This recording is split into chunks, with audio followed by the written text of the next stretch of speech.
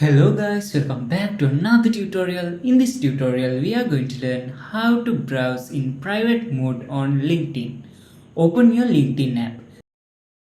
Then tap on here at the top left corner to go to your profile.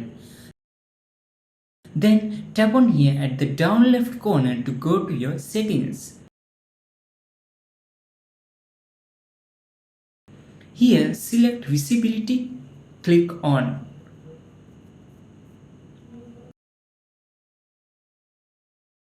Then click on your profile viewing option. Lastly, click on third one, private mode. It automatically saves. Hope this video was helpful for you guys. See you in the next video.